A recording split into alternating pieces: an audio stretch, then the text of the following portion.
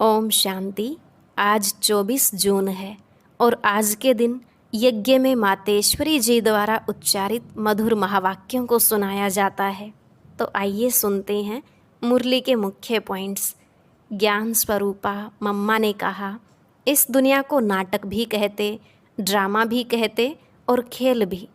इस बेहद के नाटक का जो रचयिता है वह अभी डायरेक्टर बन खुद भी एक्ट कर रहा है और हमको भी यह सब बातें समझा रहे हैं कि कैसे नाटक की शुरुआत हुई और इसमें मुख्य एक्टर्स कौन कौन हैं।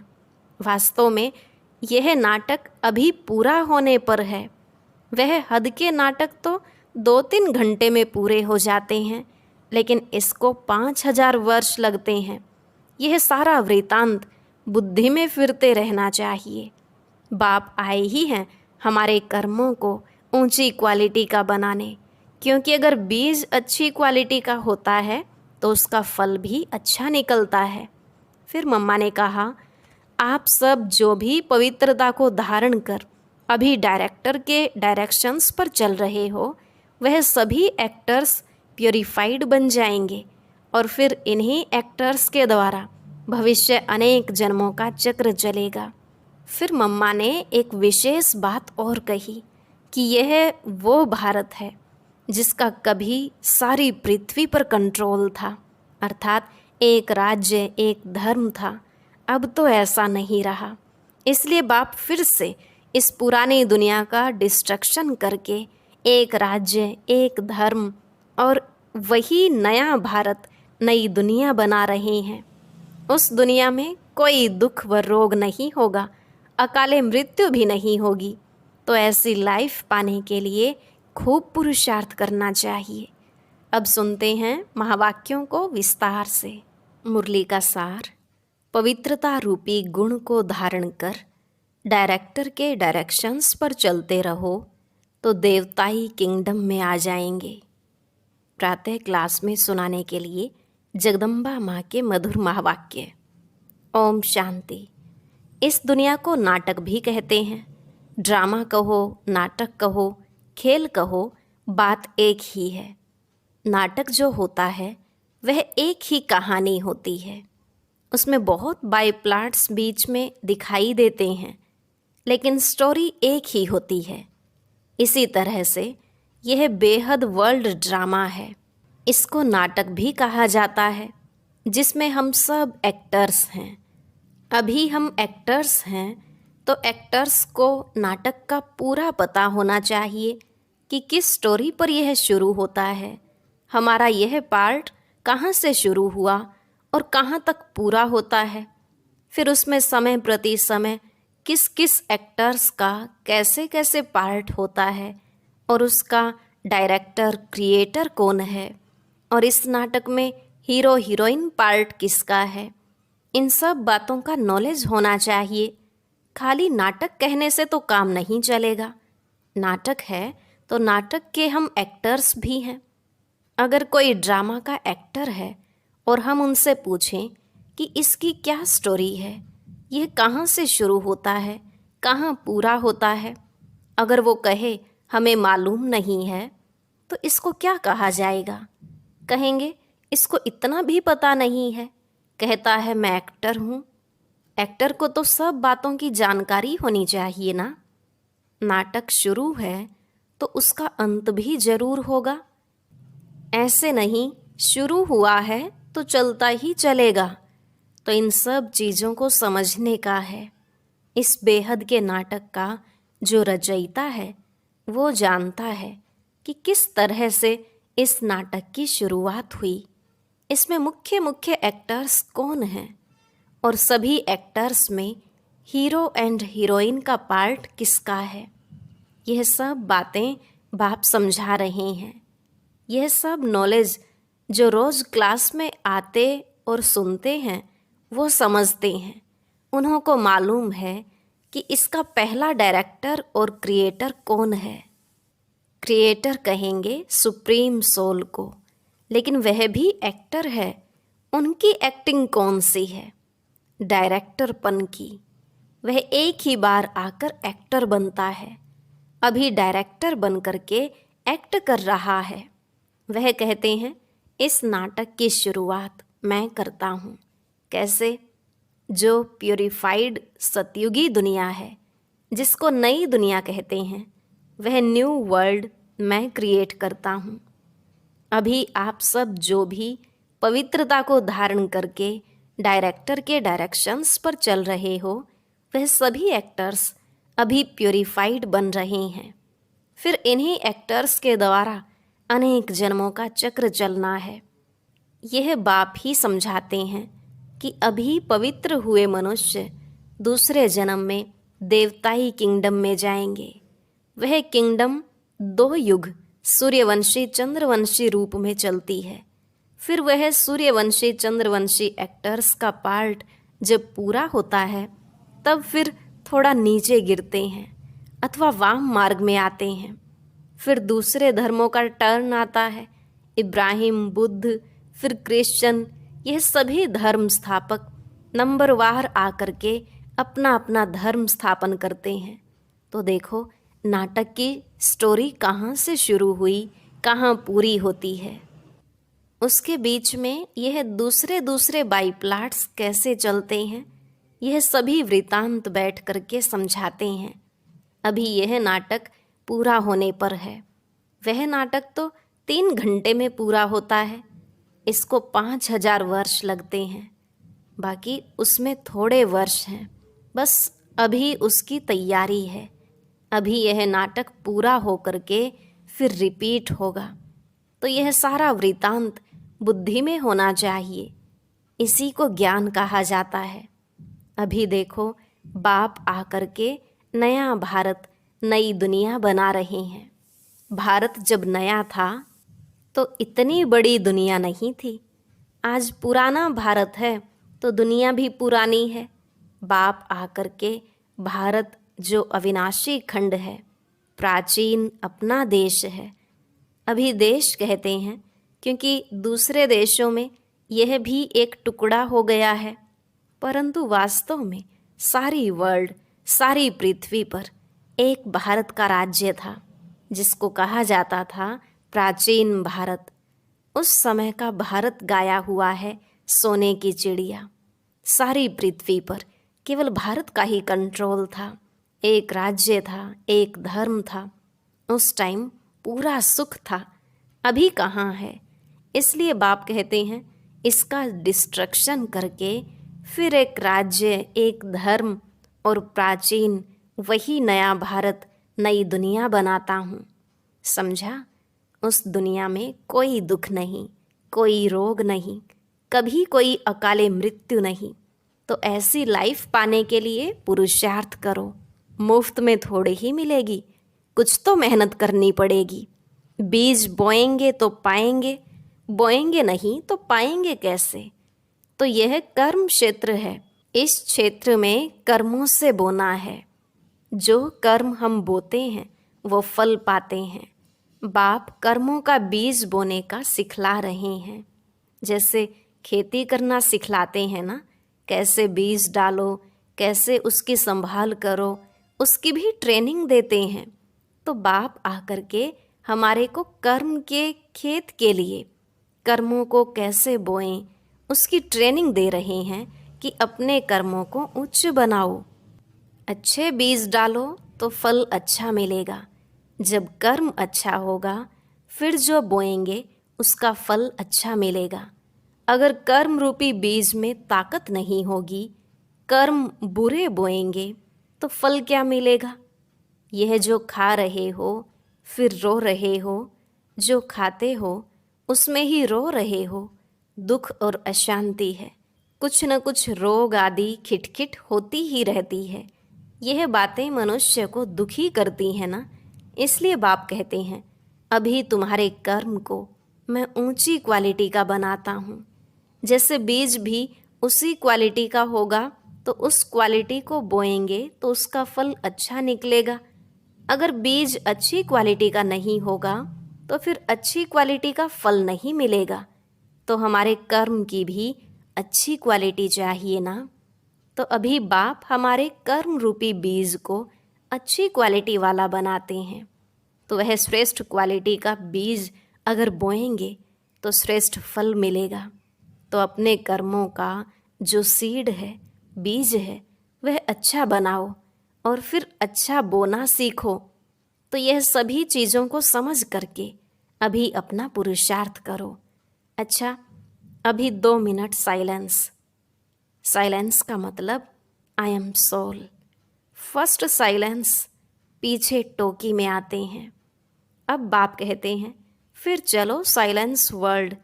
तो साइलेंस, शांति अपना स्वधर्म है। उस साइलेंस में चलने के लिए कहते हैं इस देह का और देह सहित देह के संबंधों की अभी अटैचमेंट छोड़ो, उससे डिटैच हो जाओ। सन ऑफ सुप्रीम सोल, अब मुझे याद करो और मेरे धाम में आ जाओ। तो अभी चलने का ध्यान रखो, अभी आने का नहीं ख्याल करो। अंतमति सो गति, अभी कोई में भी अटैचमेंट नहीं। अभी तो शरीर की भी अटैचमेंट छोड़ दो। समझा? ऐसी अपनी धारणा बनाने की है। अच्छा, अब बैठो साइलेंस में। चलते फिरते भी साइलेंस, बोलते भी साइलेंस। बोलते कैसे साइलेंस होती है मालूम है? बोलते समय हमारा बुद्धि योग अपने उसी I am soul, first pure soul अथवा साइलेंस सोल, यह याद रखना। बोलते समय हमारे में यह नॉलेज होना चाहिए कि आई एम सोल, इस ऑर्गन से बोलते हैं। तो यह अपनी प्रैक्टिस होनी चाहिए, जैसे हम इसका आधार लेकर के बोलते हैं। चलो अभी आँखों का आधार लेते हैं, देखते हैं, जिसकी ज़रूरत है उसका आधार लेकर के काम करो। ऐसे आधार लेकर काम करेंगे तो बहुत खुशी रहेगी, फिर कोई बुरा काम भी नहीं होगा। अच्छा, ऐसे बाप दादा और माँ के मीठे मीठे बहुत अच्छे सदा साइलेंस की अनुभूति करने वाले बच्चों प्रति याद, प्यार और गुड मॉर्निंग। अच्छा, रूहानी बच्चों की रूहानी बाप दादा और मीठी मम्मा को नमस्ते नमस्ते, गुड मॉर्निंग, शुक्रिया बाबा, शुक्रिया मम्मा। अब है संदेशी के तन द्वारा ऑल माइटी पिता के उच्चारित महावाक्य मातेश्वरी जी के प्रति। हे शिरोमणि राधे बेटी, तुम निष्दिन मेरे सम दिव्य कार्य में तत्पर हो, अर्थात वैष्णव शुद्ध स्वरूप हो, शुद्ध सेवा करती हो, इसलिए साक्षात मेरा स्वरूप हो। जो बच्चे अपने पिता के फुट स्टेप नहीं लेते उन्हों से मैं बिल्कुल दूर हूँ, क्योंकि बच्चा तो फिर पिता के समान अवश्य चाहिए। यह कायदा अभी स्थापन होता है जो सत्युग त्रेता तक चलता है। वहाँ जैसा बाप वैसा बेटा, परंतु द्वापर कलयुग में जैसा बाप वैसे बेटे नहीं होते। अभी बच्चे को बाप समान बनने का परिश्रम करना पड़ता है, मगर वहाँ तो नेचुरल ऐसा कायदा बना हुआ है, जैसा बाप वैसा बेटा। जो अनादि कायदा इस संगम समय पर ईश्वर पिता प्रत्यक्ष होकर स्थापन करता है। दूसरा, मधुर माली की मधुर मीठी दिव्य पुरुषार्थी बेटी, अब तुझे बहुत रमणीक स्वीटनेस बनना और बनाना है। अभी वर्ल्ड सॉवरेंटी की चाबी सेकंड में प्राप्त करना और कराना तुम्हारे हाथ में है। देखो, ऑल माइटी जो हर एक जीव प्राणी का मालिक है, वो जब प्रैक्टिकल में इस कर्म क्षेत्र पर आया है तब सारी सृष्टि हैप्पी हाउस बन जाती है। इस समय वही जीव प्राणियों का मालिक अव्यक्त रीति से सृष्टि को चला रहा है, लेकिन जब वह प्रत्यक्ष रूप में देहधारी बन मालिकपन से कर्म क्षेत्र पर आता है, तब सत्युग त्रेता के समय सभी जीव प्राणी सुखी बन जाते हैं। वहाँ सच की दरबार खुली रहती है। जिसने ईश्वरीय सुख प्राप्त करने अर्थ पुरुषार्थ किया है, उन्हों को वहाँ सदा के लिए सुख प्राप्त हो जाता है।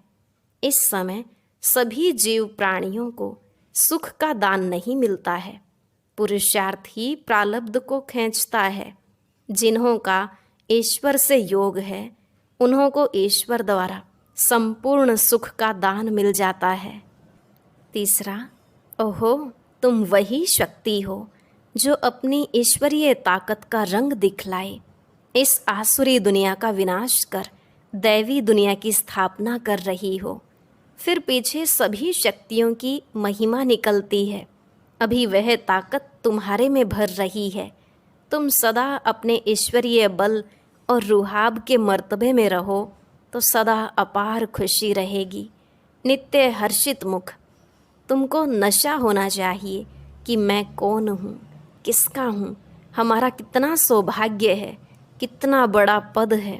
अभी तुम पहले सेल्फ का स्वराज्य प्राप्त करते हो, फिर सतयुग में युवराज बनेंगे, तो कितना नशा चाहिए।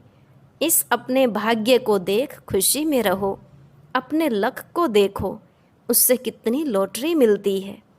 ओहो, कितना श्रेष्ठ तेरा लक, जिस लक से वैकुंठ की लॉटरी मिल जाती है। समझा, लकीएस्ट दैवी फूल बच्ची। चौथा, इस सुहावने संगम समय पर स्वयं निराकार परमात्मा ने साकार में आकर यह ईश्वरीय फैक्ट्री खोली है, जहाँ से कोई भी मनुष्य अपना विनाशी कखपन दे अविनाशी ज्ञान रत्न ले सकता है। यह अविनाशी ज्ञान रत्नों की खरीददारी अति सूक्ष्म है, जिसको बुद्धि से खरीद करना है। यह कोई स्थूल वस्तु नहीं है जो इन नयनों से देखने में आए, मगर अति महीन गुप्त छिपी हुई होने के कारण इनको कोई भी लूट नहीं सकता है। ऐसा सर्वोत्तम ज्ञान खजाना प्राप्त करने से अति निरसंकल्प सुखदायक अवस्था होती है। जब तक कोई ने यह अविनाशी ज्ञान रत्न खरीद नहीं किया है, तब तक निश्चिंत, बेफिक्र, निरसंकल्प रह नहीं सकता। इसलिए इन अविनाशी ज्ञान रत्नों की कमाई कर अपने बुद्धि रूपी सूक्ष्म तिजोरी में धारण कर नित्य निश्चिंत रहना है। विनाशी धन में तो दुख समाया हुआ है और अविनाशी ज्ञान धन में सुख समाया हुआ है। पांचवा, जैसे सूर्य सागर के जल को खींचता है जो फिर ऊंचे पहाड़ों पर बरसता है, वैसे यह भी डायरेक्ट ईश्वर द्वारा वर्षा बरसती है। कहते हैं शिव की जटाओं से गंगा निकलती है। अभी इनके मुख कमल द्वारा ज्ञान अमृत धारा बरस रही है, जिसको ही अविनाशी ईश्वरीय धारा कहा जाता है, जिससे तुम भागीरथ पुत्र पावन हो, अमर बन रहे हो। यह सिरताज बनने की वंडरफुल मंडली है। यहाँ जो भी नर और नारी आएंगे वो सिरताज बन जाएंगे। दुनिया को भी मंडली कहा जाता है, मंडल अर्थात स्थान। अब यह मंडली कहाँ टिकी हुई है?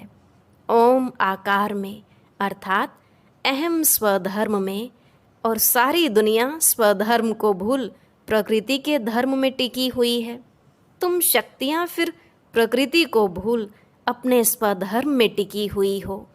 सिक्स्थ, इस दुनिया में सभी मनुष्य निराकार ईश्वर को याद करते हैं, जिसे अपने नयनों से देखा भी नहीं है।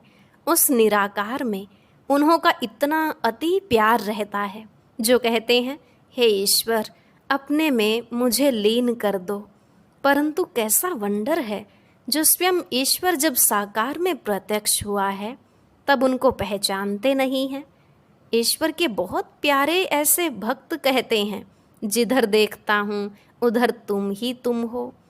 भल वो देखते भी नहीं हैं, परंतु बुद्धि योग से यही महसूस करते हैं कि ईश्वर सर्वत्र है।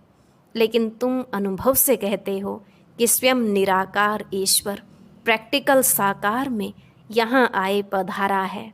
अब सहज ही तुम मेरे से आकर मिल सकते हो, परंतु कई मेरे बच्चे भी साकार में प्रभु पिता को पहचानते नहीं हैं। उन्हें निराकार अति मीठा लगता है, परंतु वह निराकार जो अभी साकार में प्रत्यक्ष है, उसको अगर पहचान लेवें तो कितनी न प्राप्ति कर सकते हैं, क्योंकि प्राप्ति तो फिर भी साकार से होगी। बाकी जो ईश्वर को दूर निराकार समझते और देखते हैं, जिन्हों को कुछ प्राप्ति नहीं है वो ठहरे भक्त, उन्हें कोई ज्ञान नहीं। अब साकार प्रभु पिता को जानने वाले ज्ञानी बच्चे सर्व दैवी गुणों की खुशबू से भरे हुए स्वीट फ्लावर अपने प्रभु पिता पर अपना जीवन ही चढ़ा देते हैं, जिससे उन्हें जन्म जन्मांतर संपूर्ण देवताई दिव्य शोभनिक तन प्राप्त हो जाता है। 7वां, सेल्फ को जानने से ही तुम्हें राइट रॉन्ग, सत्य असत्य की परख आ गई है। इस ईश्वरीय ज्ञान से ट्रुथ जबान रहती है, जिससे किसी का संग दोष चढ़ नहीं सकता। संग दोष की छाया उसके ऊपर पड़ती है जो खुद अज्ञानवश है। इस समय ट्रुथ जमाना है ही नहीं, इसलिए किसी की जबान पर भरोसा न रख, उन्हों से लिखत लिखवाते हैं। मनुष्यों का बोल अनट्रुथ निकलता है। अगर ट्रुथ होता तो उसके महावाक्य पूजे जाते। जैसे देखो, डिवाइन फादर के ट्रुथ महावाक्यों के शास्त्र बने हुए हैं, जिन्हों का गायन और पूजन चलता है। उनके ट्रुथ सत्य महावाक्यों को धारणा करने से ईश्वरीय क्वालिटी आ जाती है। न सिर्फ इतना, मगर कोई तो पढ़ते पढ़ते श्री कृष्ण का, ब्रह्मा का साक्षात्कार भी पा लेते हैं। ओहो, होली हृदय कमल, होली हस्त कमल, होली नयन कमल बेटी राधे, तेरी सारी काया पलट कमल फूल सम कोमल कंचन बन गई है। परंतु पहले जब सोल कंचन बनती है, तब सारा तन कंचन प्योर बन जाता है। जिस होली कोमल तन में ही अति कशिश भरी हुई है। तुम अपने परमेश्वर पिता द्वारा अज्ञान तपत को बुझाए, ज्ञान तेज को जगाए, अति शीतल रूप बन गई हो। खुद शीतल रूप बन, फिर अन्य हमजिन्स को भी ऐसी सच्ची शीतलता दान देने अर्थ इस सुहावने संगम समय पर निमित्त बनी हुई हो। तुम्हारे जड़ चित्रों द्वारा भी सारी दुनिया को शीतलता और शांति का दान मिलता रहता है। अभी तुम सारी सृष्टि को सैल्वेशन में लाए, अंत में अपना दिव्य तेज दिखाए, न्यू वैकुंठ गोल्डन गुलशन में जाकर विश्राम करेंगी। अच्छा, आज का वरदान, बाबा शब्द की चाबी से सर्व खजाने प्राप्त करने वाले भाग्यवान आत्मा भव। बाबा शब्द की चाबी से सर्व खजाने प्राप्त करने वाले भाग्यवान आत्मा भव। बाबा ने कहा, चाहे और कुछ भी ज्ञान के विस्तार को जान नहीं सकते, वह सुना नहीं सकते, लेकिन एक शब्द बाबा दिल से माना और दिल से औरों को सुनाया तो विशेष आत्मा बन गए। दुनिया के आगे महान आत्मा के स्वरूप में गायन योग्य बन गए, क्योंकि एक बाबा शब्द सर्व खजानों की वह भाग्य की चाबी है। चाबी लगाने की विधि है दिल से जानना और मानना। दिल से कहो बाबा तो खजाने सदा हाजिर हैं। स्लोगन, बाप दादा से स्नेह है तो स्नेह में पुराने जहान को कुर्बान कर दो। बाप दादा से स्नेह है तो स्नेह में पुराने जहान को कुर्बान कर दो। अच्छा, ओम शांति। अब सुनते हैं आज की अव्यक्त मुरली। इसके लिए ऊपर दिए गए बॉक्स पर क्लिक करें।